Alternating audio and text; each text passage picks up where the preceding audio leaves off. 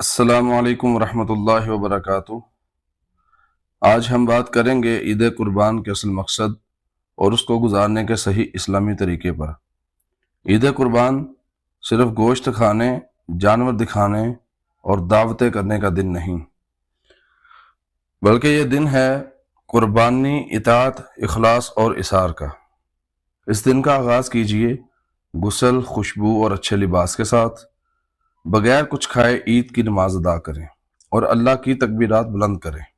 اللہ اکبر اللہ اکبر اللہ اکبر لا الہ الا اللہ اللہ اکبر وللہ الحمد۔ قربانی صرف جانور ذبح کرنے کا نام نہیں، یہ ہے حضرت ابراہیم علیہ السلام کی سنت کو زندہ کرنا۔ جانور کو تکلیف نہ دیں، پیار سے پیش آئیں اور مکمل شرعی طریقے سے ذبح کریں۔ پھر گوشت کو 3 حصوں میں تقسیم کریں، ایک حصہ غریبوں کے لیے، ایک رشتہ داروں کے لیے اور ایک اپنے لیے۔ عید وہ ہے جس میں آپ کے پڑوسی کا غریب بچہ بھی خوش ہو، جس کے چہرے پر مسکراہٹ آئے۔ اصل قربانی جانور کی نہیں، بلکہ اپنی خواہشات، غرور، تکبر اور گناہوں کی قربانی ہے۔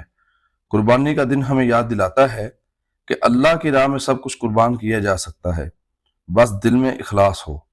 اور ہاں، قربانی کے بعد صفائی کا خاص خیال رکھیں۔